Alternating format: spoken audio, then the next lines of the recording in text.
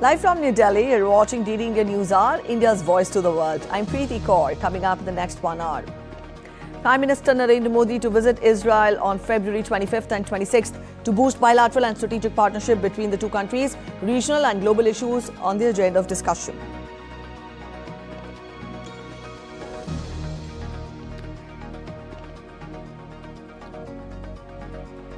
Indian and Canadian trade ministers hold talks to push for India-Canada Comprehensive Economic Partnership Agreement. Mexico sends thousands of additional soldiers to curb violence after the death of drug cartel leader El Mencho. Powerful winter storm paralyzes parts of the US Northeast, forcing more than 8,000 flights, disruptions, roads and schools closed. Ahead of planned talks in Geneva on Thursday, Trump reiterates his warning, saying it will be a very bad day for Iran if it does not make a deal.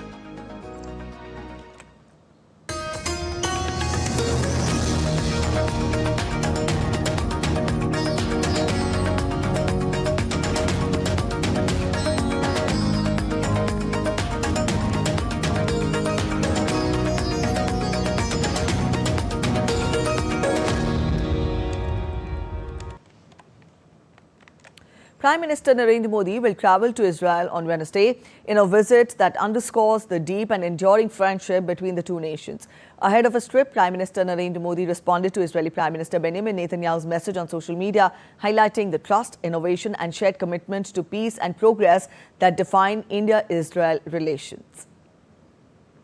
Prime Minister Narendra Modi will visit Israel on Wednesday, underscoring the deep and enduring friendship between the two nations. In a message responding to Israeli Prime Minister Benjamin Netanyahu on social media, Prime Minister Modi highlighted the trust, innovation and shared commitment to peace and progress that define India-Israel relations. He expressed appreciation for the warm sentiments from his counterpart and fully agreed on the strength and diverse nature of bilateral ties. And this week, we will see an expression of the special relations that have developed in recent years between Israel and the global power of India, and between myself and its leader, Prime Minister Modi. We are personal friends. We speak frequently on the phone. We visit each other. India's partnership with Israel has grown steadily over the past decades, spanning defense cooperation, agricultural innovation, technology, and people-to-people exchanges. For India, Israel represents a trusted partner in both strategic and developmental spheres. For Israel, India is a vital ally in Asia, offering a vast market and a strong voice on the global stage. The fabric of relations has continued to tighten, and he will be coming here so that we can tighten it even further through a series of decisions relating to deepening cooperation between the governments and between the states, economic cooperation, diplomatic cooperation, and security cooperation. Prime Minister Modi noted that India deeply values this partnership built on mutual trust and innovation, and conveyed his anticipation for meaningful discussions during his forthcoming visit. India's foreign policy balances strategic interests with shared values of progress and peace. The visit is expected to reaffirm the enduring bond between the two democracies, while opening new avenues for cooperation in technology, security, and sustainable development. Bureau Report, DD India. In a rare honor extended to Prime Minister Modi, he has been invited to address the Israeli parliament, also known as the Knesset. During his visit, Prime Minister Modi will also hold bilateral talks with its Israeli counterpart, Prime Minister Benjamin Netanyahu. India's ambassador to Israel, JP Singh, shares details of Prime Minister Modi's upcoming visit with DD India correspondent Shubhendu Ghosh. Narendra Modi is set to visit Israel. This would be his second official visit to the West Asian country after 2017. To talk about the significance of this visit, I have with me India's ambassador to Israel, Ambassador JP Singh. Ambassador, welcome to DD India. If you could first broadly take us through the itinerary and what's on agenda on Prime Minister's visit. Prime Minister Narendra Modi ji is visiting Israel on February 25th and 26th. It's a 2-day visit. This is a very historic visit.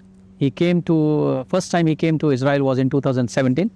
And that time he laid down the foundation of our relationship.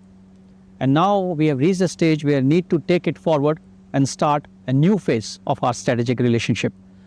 During his visit, he will be having detailed discussions on bilateral issues and regional and global issues with the Prime Minister, Mr. Netanyahu. He will also be meeting the President, Mr. Herzog, and he will be addressing the Knesset, which is their parliament, 25th of February. Ambassador, if we talk about the areas of engagement, we understand that defense and security is like a cornerstone of this partnership.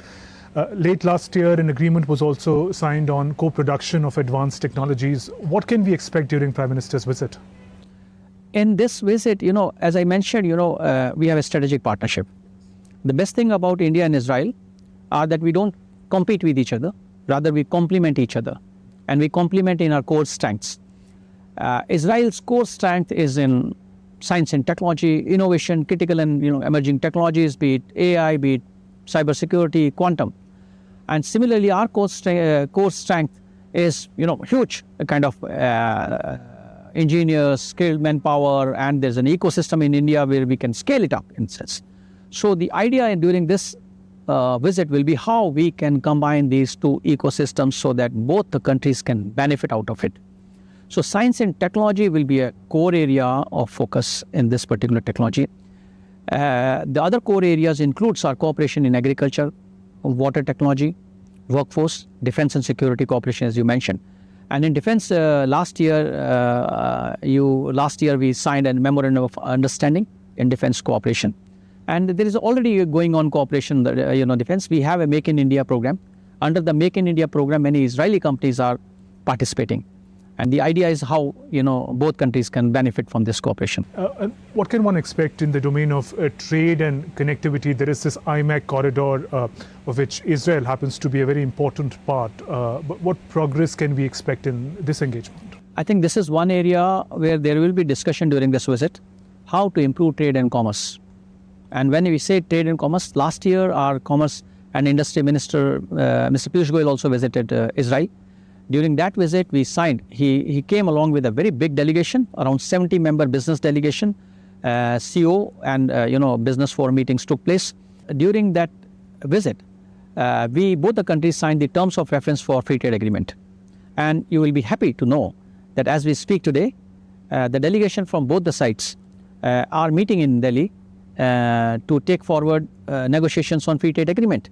And I think during this visit, both the Prime Minister are going to set a roadmap, a target, how to sign free trade agreement at the earliest possible. Right. And finally, Ambassador, we understand India and Israel share civilizational links with one another. As far as taking forward people-to-people linkages in the 21st century is concerned, what steps could be taken? India and Israel, people-to-people cultural relations are already very good. Unlike many other parts of the world, in India you won't find any anti-Semitism activity, which we are proud of. India believes in philosophy of coexistence, believe in philosophy of Vasudhaiva Kutumbakam, and as Prime Minister says, that world is one family. World is one family. In that spirit, I think we are already doing a lot on improving our people-to-people and cultural relations. We have an Indian Cultural Center in Tel Aviv, under which we organize many film festivals. A number of cultural troops come here. The tourism from Israel to India is picking up. So we are moving in the right direction, and maybe many agreements will be signed during this visit, and you will see some agreements in this field also. Ambassador Singh, on that note, thank you for speaking with DD India. That was India's ambassador to Israel, talking about the expectations from Prime Minister Modi's upcoming visit to Jerusalem. With camera person Anand Kumar, Shubhendu Ghosh for DD India in Jerusalem. With an aim to strengthen business ties between India and Canada, Union Commerce Minister Piyush Goyal virtually interacted with Canadian Minister of International Trade Maninder Sidhu and held a discussion related to India-Canada Comprehensive Economic Partnership Agreement. The leaders also discussed strengthening business ties on both the sides through regular delegation-level engagements. In a post on X, Union Minister Piyush Goyal wrote, and I quote him, had a virtual interaction with Maninder Sidhu, Minister of International Trade, Canada, on advancing discussions relating to India-Canada Comprehensive Economic Partnership Agreement. We also deliberated on strengthening business ties on both sides through regular delegation-level engagements over the coming months to build sustained momentum in our economic partnership.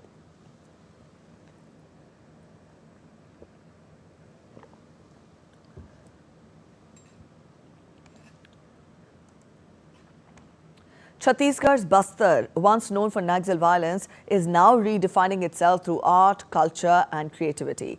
Where gunfire once echoed, the rhythmic sound of chisels and hammers now shapes a new chapter of hope and resilience. DD India's Somesh Patel reports from Bastar.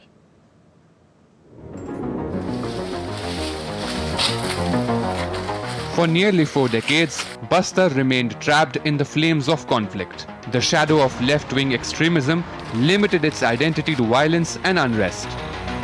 But the true identity of Bastar lies deep within its soil, a land where almost every household nurtures an artist and every village is a home to a craftsman.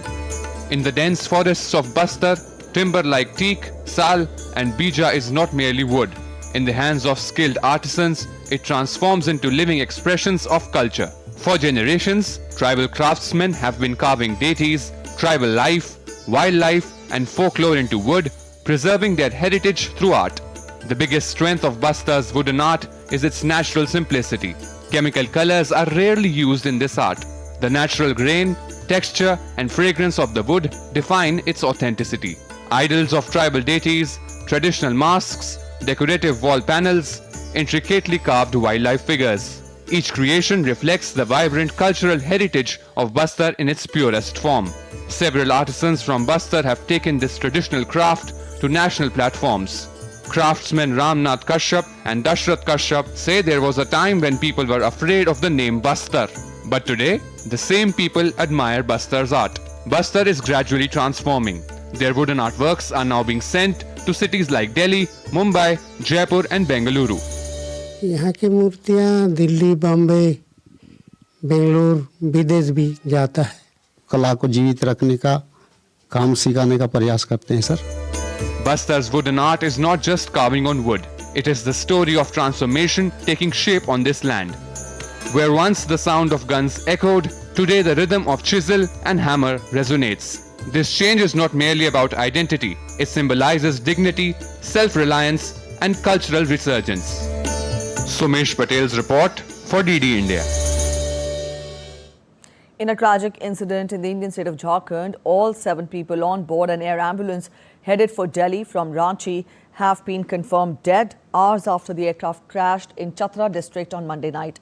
The Beechcraft C-90 aircraft, registered as VT-AJV and operated by Redbird Airways Private Limited, was flying a medical evacuation mission from Ranchi to Delhi when it went down in Jharkhand's Chatra district shortly after takeoff.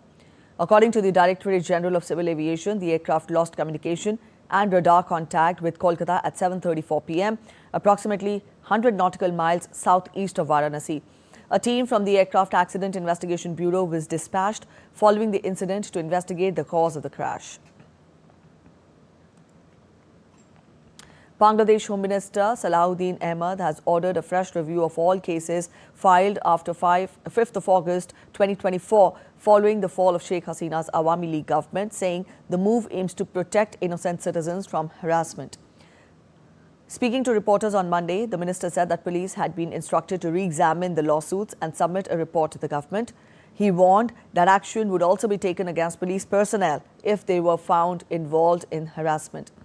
Addressing law and order issues, Ahmed said that highways could not be blocked to press demands and grievances must be pursued through lawful means. The government would act immediately against mob violence, he added.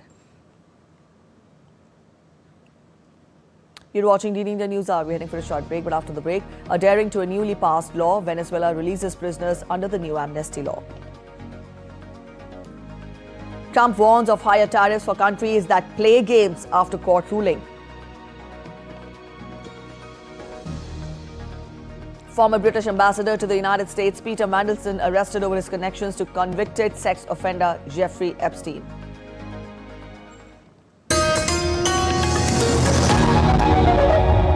Welcome to DD India, where a billion voices unite, connecting viewers to the stories that matter. India is not just another news channel. It's the international channel that puts the spotlight on the global south, bringing you stories from the heart of emerging economies, dynamic cultures and transformative voices. As the international news channel of India's public broadcaster Prasar Bharati, DD India delivers high-quality content from every corner of the globe, focusing on the stories that shape our future. We don't just report news. We connect you to India's voice in the global narrative.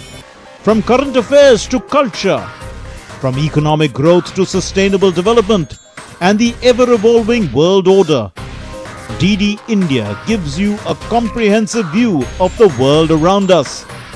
Stay connected, stay informed, and embrace the stories that shape our lives. DD India, India's voice to the world.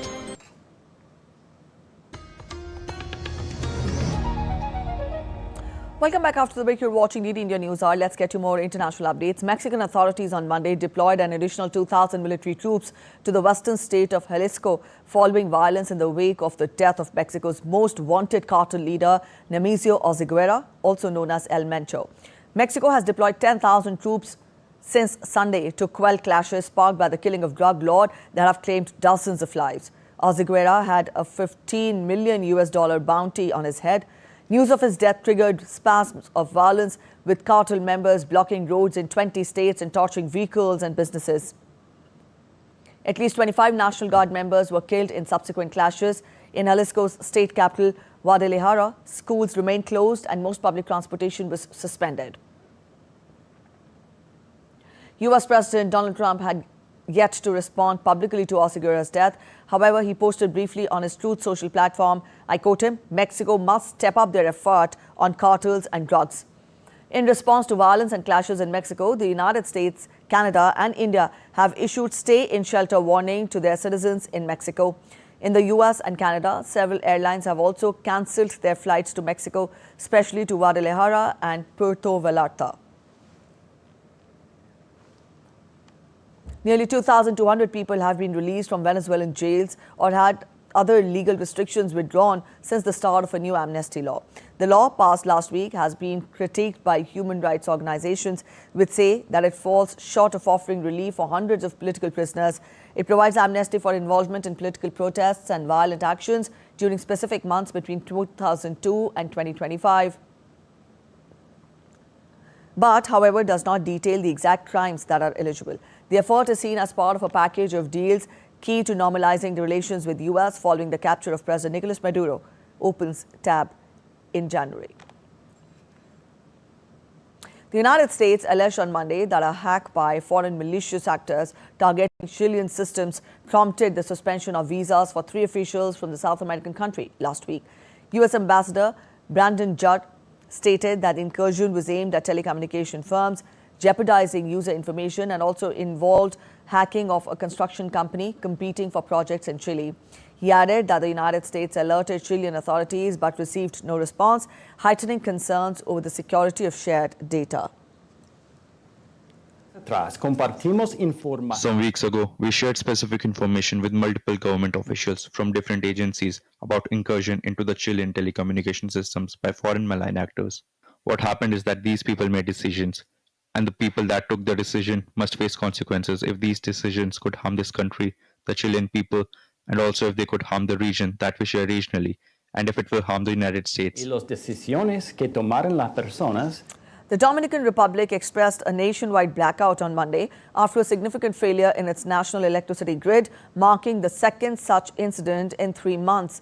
The outage disrupted traffic, suspended public transportation, and forced some businesses to close while crews worked to restore services.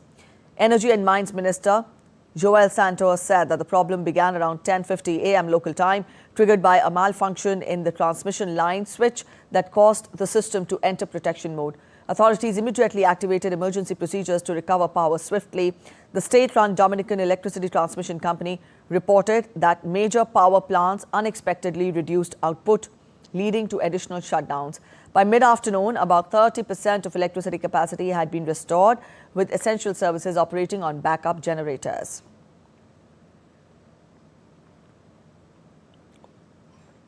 The European Parliament has postponed a vote on the European Union's trade deal with the United States due to US President Donald Trump's imposition of a blanket 15% import duty after the Supreme Court struck down the previous global tariffs.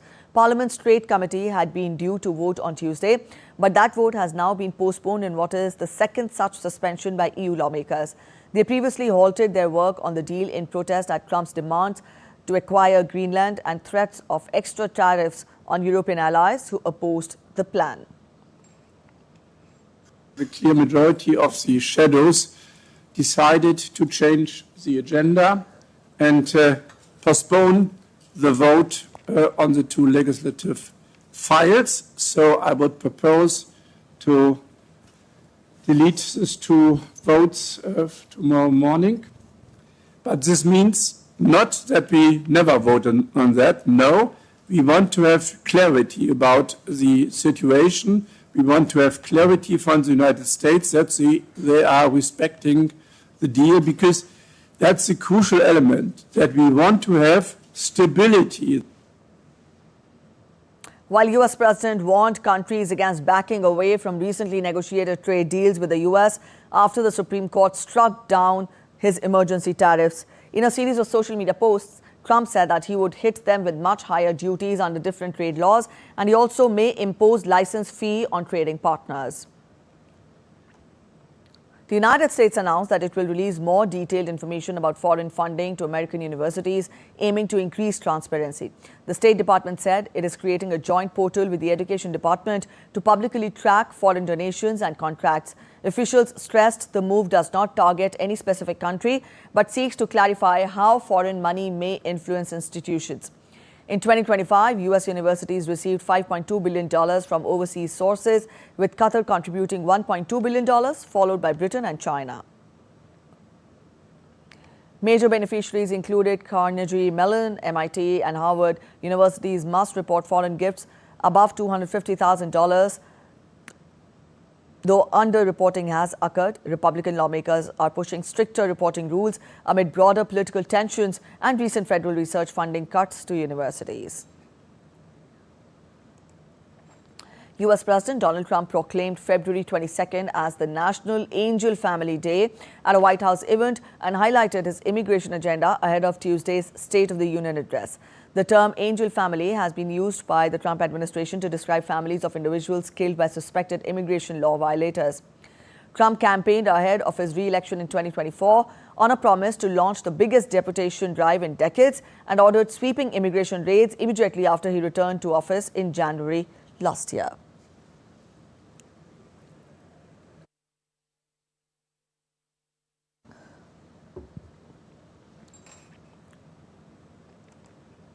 Former British ambassador to the U.S., Peter Mandelson, has been released on bail pending further investigation after being arrested by London police on suspicion of misconduct in public office.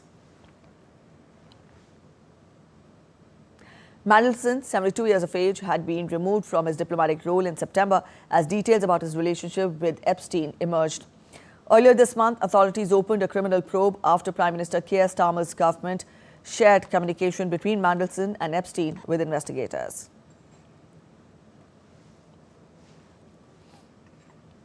Australian Prime Minister Anthony Albanese stated that his administration is contacting Commonwealth realms on Tuesday to express its support for removing UK's former Prince Andrew from the royal line of succession. Albanese said that he has raised concerns about Prince Andrew with his British counterpart Keir Starmer and confirmed Australia would support moves to remove Andrew from royal line of succession. Albanese said any move to change the royal line of succession must be initiated by Britain and approved by other 14 Commonwealth realms that recognize King Charles III as head of state, as well as Australia's states and territories. He called the allegations against Andrew grave and said Australians were disgusted, urging a clear government stance. Andrew is facing scrutiny over alleged misconduct in public office following revelations about his links to Jeffrey Epstein.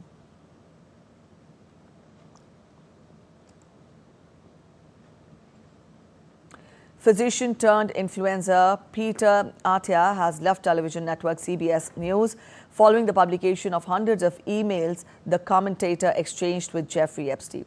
Peter Attia resigned from his new CBS News role before starting, citing concerns about being a distraction.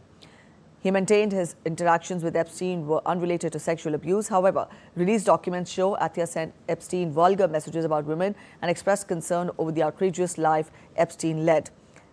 Attia, a prominent YouTube creator with over 1 million subscribers, acknowledged visiting Epstein's New York home multiple times between 2014 and 2019 for research purposes and networking. In a February post on X, Attia called Epstein a funder of science but admitted his judgment was clouded by Epstein's connections.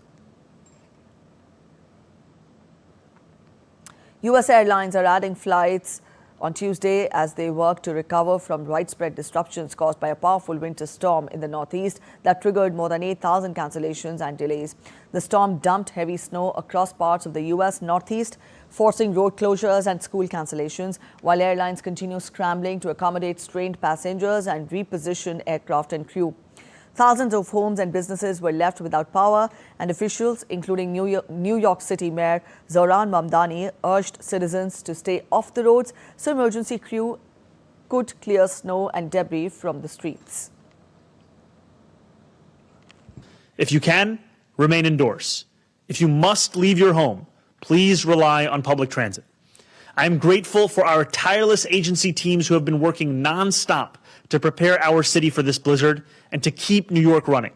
This has been a full-force winter weather response operation, with 2,600 sanitation workers deployed on every 12-hour shift and over 2,300 plows, including 700 salt spreaders mobilized citywide. I know that this is a city full of people who do not like to sit still. And yet, as the snow continues to fall and conditions remain dangerous, I am asking you to do just that. You're watching DD News. We're heading for a short break, but after the break, Israel opts not to rejoin the UN Human Rights Council, citing absence of neutrality. With no truce still in sight, Tuesday marks 4 years since the beginning of the Russian-Ukraine conflict. US forces to complete their withdrawal from Syria within a month as troops began leaving a major base.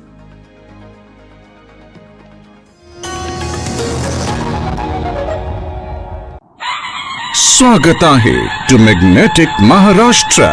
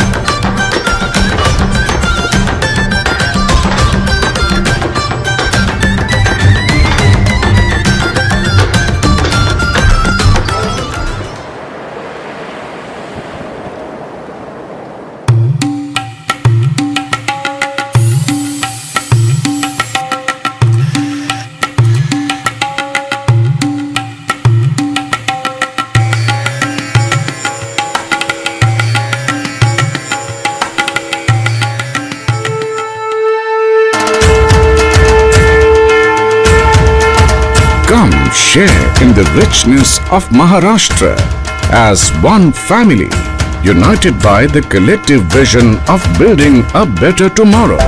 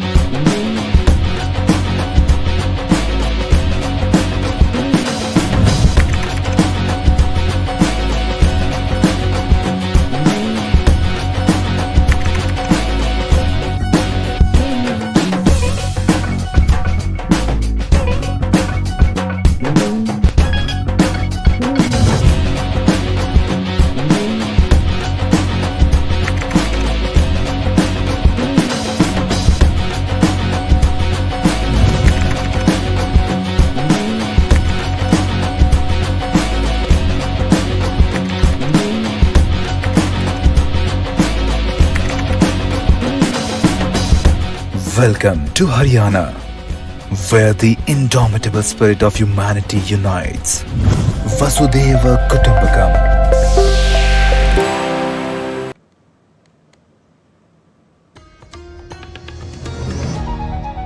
Welcome back after the break. You're watching DD India News Hour. A quick relook at the top stories now. Prime Minister Narendra Modi to visit Israel on February 25th and 26th to boost bilateral and strategic partnership between the two countries. Regional and global issues on agenda of discussion.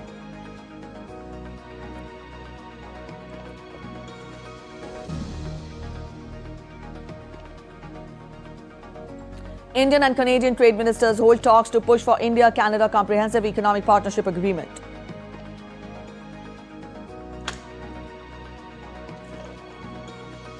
Mexico sends thousands of additional soldiers to curb violence after the death of drug cartel leader El Mencho.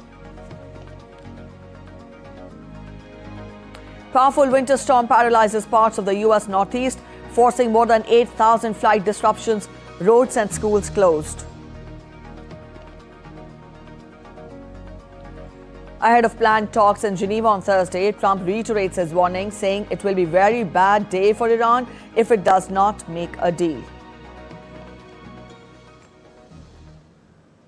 US President Donald Trump continues to walk a line between diplomatic and military solutions for Iran, reiterating on Monday evening that he preferred to strike a deal to curtail its nuclear program. At the same time, he warned that if that does not happen, it will be a very bad day for the country. Meanwhile, Iran has firmly dismissed speculation about a potential interim agreement with the United States, stating that such claims have no basis.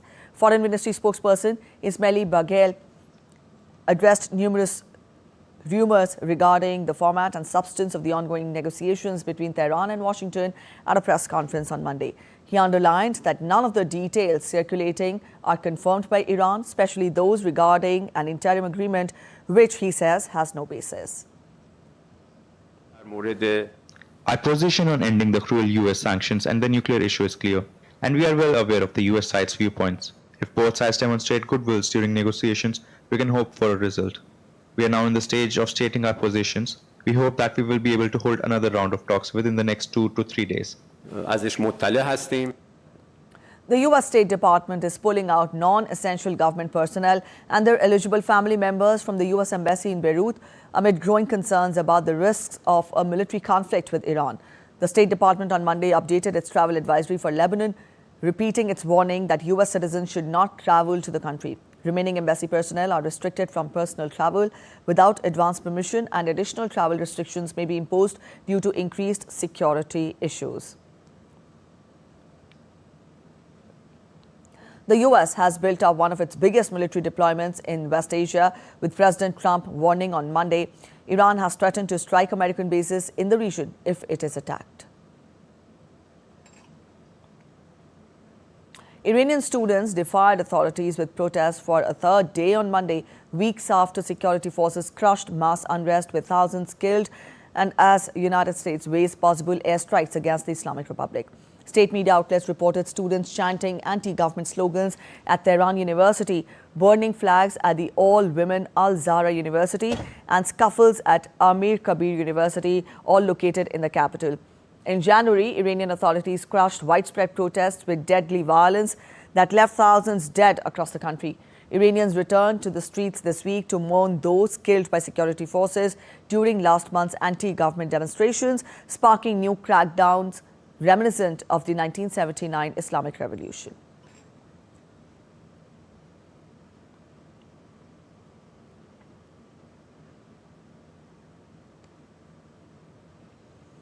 Israel has decided not to rejoin the UN Human Rights Council 1 year after it quit the body, citing absence of neutrality. Israel has long criticized the Geneva-based body and has disengaged from it in the past. In September last year, after Israel had left the council, it had strongly rejected findings of a UN commission of inquiry that Israel has committed genocides in Gaza.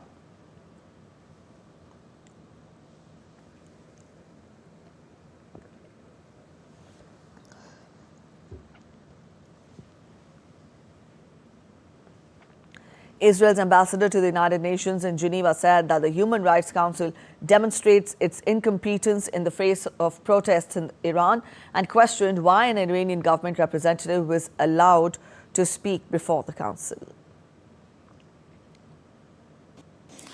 The inherent bias and hypocrisy of the Human Rights Council has been further illuminated with these last 2 months, as it demonstrates its incompetence in the face of the slaughter of Iranians by the Islamic regime. The human rights bodies have betrayed the people of Iran. Tuesday marks 4 years since the beginning of the Russian-Ukraine conflict. On February 24, 2022, Russian President Vladimir Putin launched military operation against Ukraine. Now, Russia occupies 20% or roughly a fifth of Ukraine's territory. Official casualty figures for the conflict remain highly uncertain and variable. Counts from both the sides differ and independent estimates vary widely.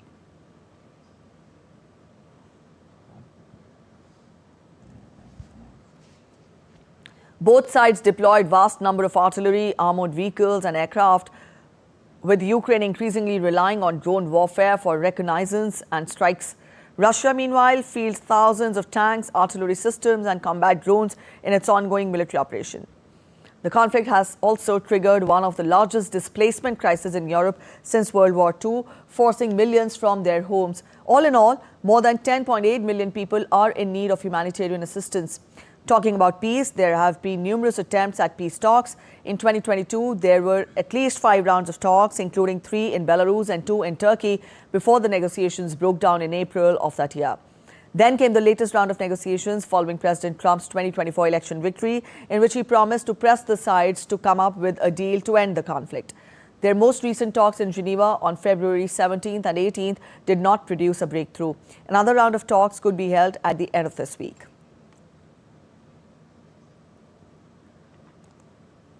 The US met a Russian delegation in Geneva on Monday and will meet a Chinese delegation on Tuesday for talks about forging a potential multilateral nuclear arms control treaty, a senior US State Department official said.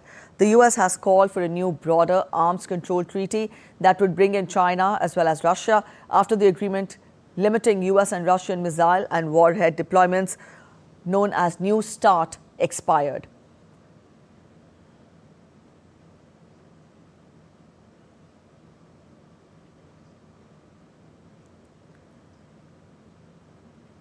China's ambassador for disarmament, Shen Jian, said earlier this month that his country would not participate in new negotiations for nuclear arms control with Moscow and Washington at this stage. The senior US official said that they had already conducted good bilateral talks with the UK and France, which are also members of the UN Security Council.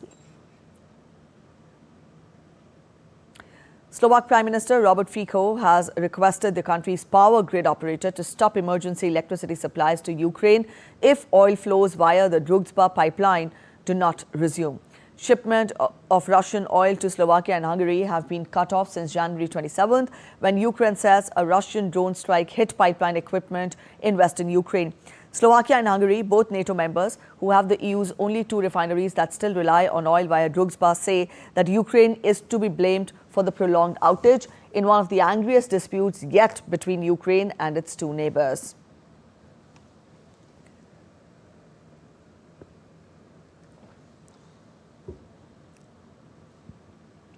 Fico said the measure would be cancelled after the resumption of oil transit to Slovakia.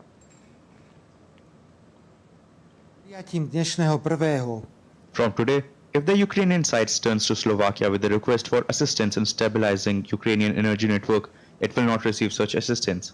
As I stated, this is the first reciprocal step that the Slovak government is authorized to take without violating any international rules and obligations. If the Ukrainian side continues to harm Slovakia's interest in the supply of strategic raw materials, the Slovak government will also review its previous constructive position on Ukraine's membership in European Union and prepare further measures. The US forces will complete their withdrawal from Syria within a month as troops began leaving a major base. On Monday, the United States began withdrawing from a major base in the northeastern region, still under the control of Kurdish forces, which agreed last month to integrate their institutions with Damascus. American forces have already withdrawn from 2 other bases in the past 2 weeks, Al-Tanf in southeast and Shadadi in the northeast. The withdrawal comes as Syria's government has expanded its control to the country's northeast and formally joined the coalition against IS.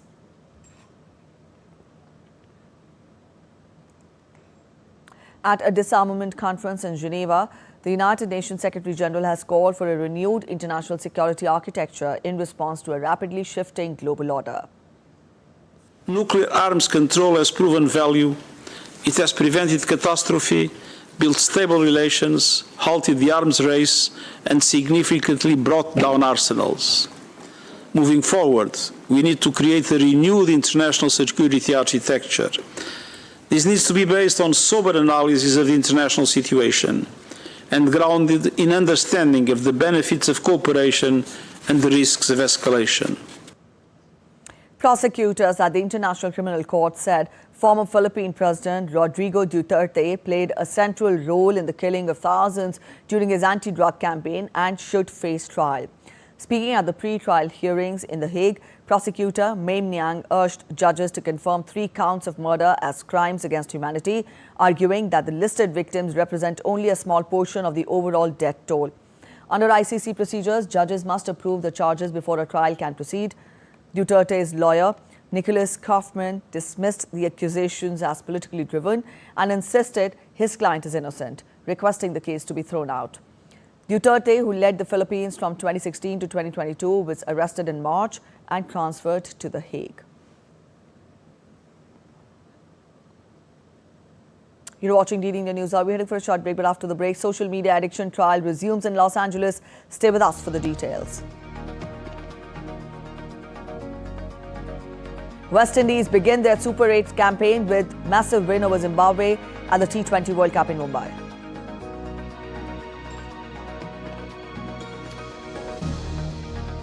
Revelers rejoice at a unique flower war in Greece. Stay with us to know how.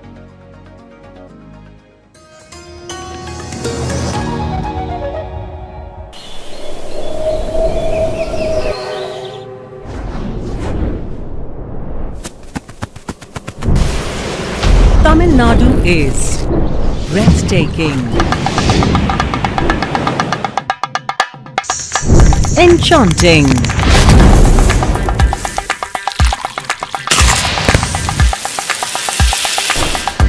divine.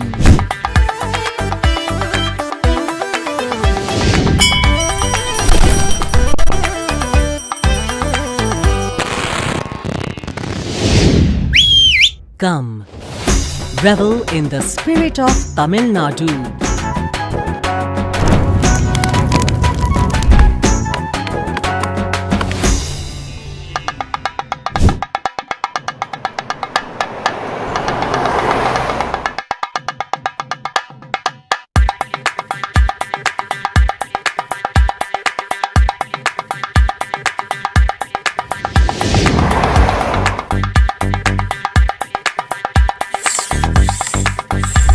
The Thalaiva of States welcomes you to an experience larger than life.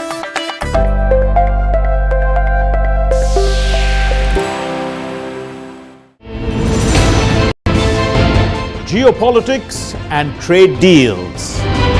Economic challenges amid development. Hard work and the path to prosperity. It's the economy always. Between walkers, money is what money does and says.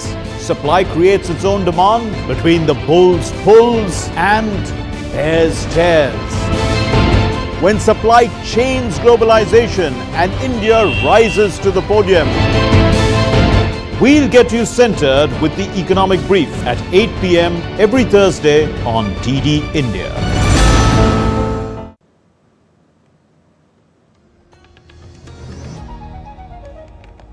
Welcome back after the break. You're watching DD India News Hour. Let's get you more updates. A landmark social media addiction trial resumed on Monday with a YouTube executive insisting that Google-owned company's aim was to give people value, not hook them on harmful binge viewing. YouTube Vice President of Engineering, Christus Goodrow, was pressed to defend the company's self-styled big, hairy, audacious goal set more than a decade ago to increase viewer time to more than 1 billion hours a day by 2016. as he did last week when Meta chief executive Mark Zuckerberg testified in same Los Angeles court. Plaintiff's attorney Mark Lanier told jurors that Goodrow's compensation climbed with his company's share price, meaning he profited personally from ramping up user engagement. Goodrow said YouTube is not designed to maximize time, as he was shown company documents indicating that viewer engagement was a priority for performance at the platform.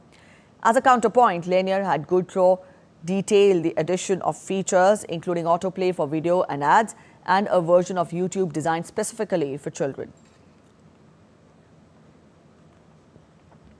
US artificial intelligence company Anthropic is accusing 3 Chinese AI companies of setting up more than 24,000 fake accounts with its Claude AI model to improve their own models. Anthropic said DeepSeek, Moonshot AI and Minimax used a technique known as distillation, using outputs from a more powerful AI system to rapidly boost the performance of a less capable one. The company said in a statement that these campaigns are growing in intensity and sophistication as the companies achieved their ends through approximately 16 million exchanges with its Claude model and 24,000 fake accounts. The practice grabbed headlines a year ago when the release of a low-cost generative AI model from DeepSeek performed at a similar level to ChatGPT and other top American chatbots, appending assumptions of US dominance in the sensitive sector.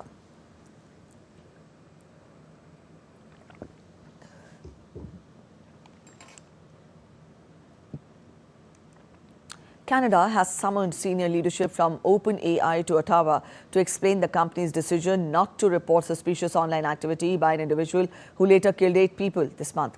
OpenAI has confirmed that in June last year, its abuse detection efforts identified a ChatGPT account linked to Jesse Van Roetselaar, who murdered 8 people in a small British Columbia town on February 10th and then took her own life. According to the Artificial Intelligence Minister, senior members of OpenAI's safety team will travel from the United States to Ottawa for a meeting on Tuesday to have an explanation of their safety protocols and when they escalate and their threshold of escalation to police. The case has intensified scrutiny of what obligations tech companies have to report threatening user activity to law enforcement. Let's talk of sports now. Spin bowlers are likely to play dominant roles as England and Pakistan face off in the Super 8 at T20 World Cup in Sri Lanka today. With Pakistan-New Zealand clash on Saturday being washed out, a win against Pakistan in Palakkal will be enough to see England into the last 4. England may not have hit top gear yet, but the 2-time champions have found ways to win.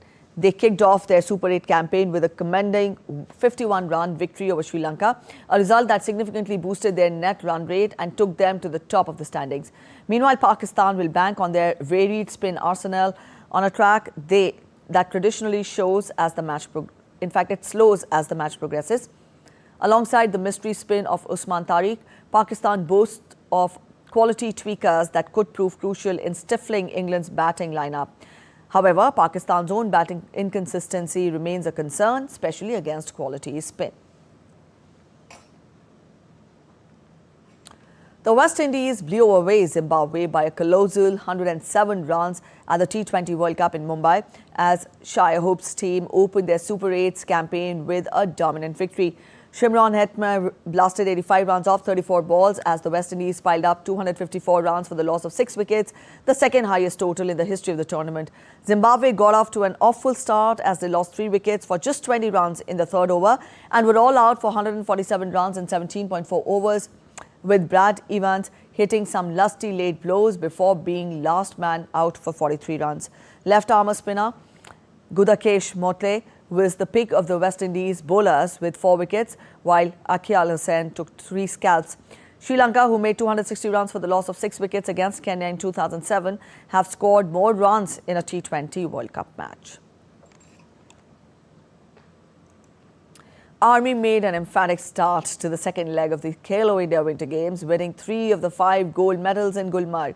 The Central Reserve Police Force and Himachal Pradesh also finished among the gold medals on first day. Army's Sunny Singh won the day's first gold medal in the men's sprint in Nordic skiing, but it was not a day for favourites as veterans like Bhavani Nanjunda of Karnataka and Anchal Thakur of Himachal Pradesh were usurped by skiers. CRPF's Kajal Kumari Rai won the gold in the 15 kilometers Nordic skiing and relegated hot favourite Bhavani to a bronze in the brilliant finish, while CRPF's Renu Danu won the silver.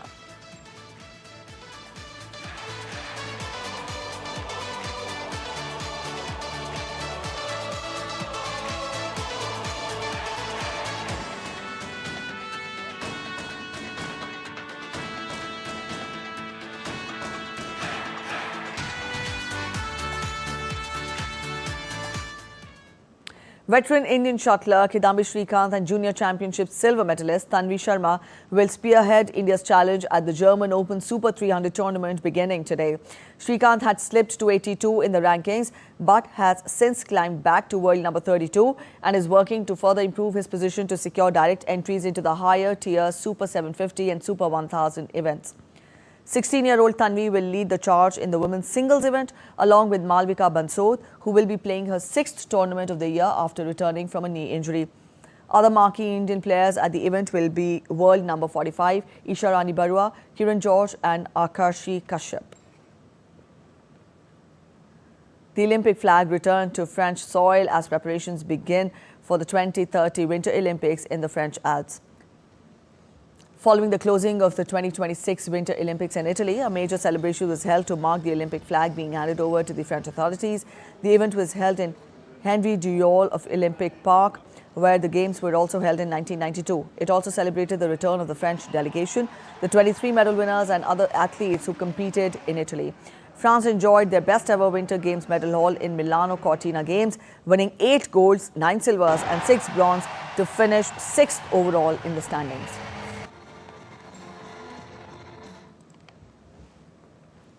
The Union of European Football Association, or UEFA, suspended midfielder Gianluca Cristiani from Benfica's Champions League playoff second leg match against Real Madrid this week after he was accused of racially abusing Vinicius Jr. Cristiani will therefore be unable to feature for Benfica on Wednesday as the Portuguese side bid to overturn a 1-0 deficit and reach the last 16. During the first leg match last week, Brazil international player Vinicius scored the goal and reported the alleged racist abuse to the referee in the aftermath of the celebration. Cristiani, who argued with Vinicius while covering his mouth with his shirt, insisted he did not racially abuse the Real Madrid forward. If UEFA fined 20-year-old Cristiani racially abused Vinicius, he will be banned for a minimum of 10 matches. Hundreds of revelers participated in a flower war, dousing each other with tons of coloured flour in the coastal town of Galaxidi in Greece as part of the annual flower war carnival tradition.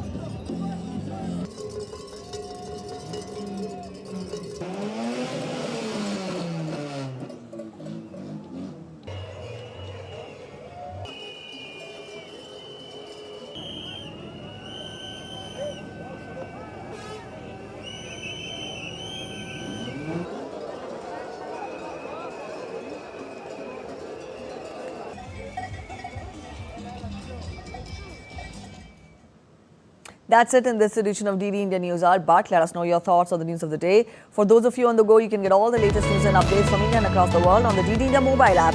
Now, this app is available on both Android and iOS platforms and you can download the respective QR codes. We'll be back with more news as it breaks here on DD India. I'm Preeti Kaur signing off, and from all of us here in Delhi, thanks for watching DD India News Hour.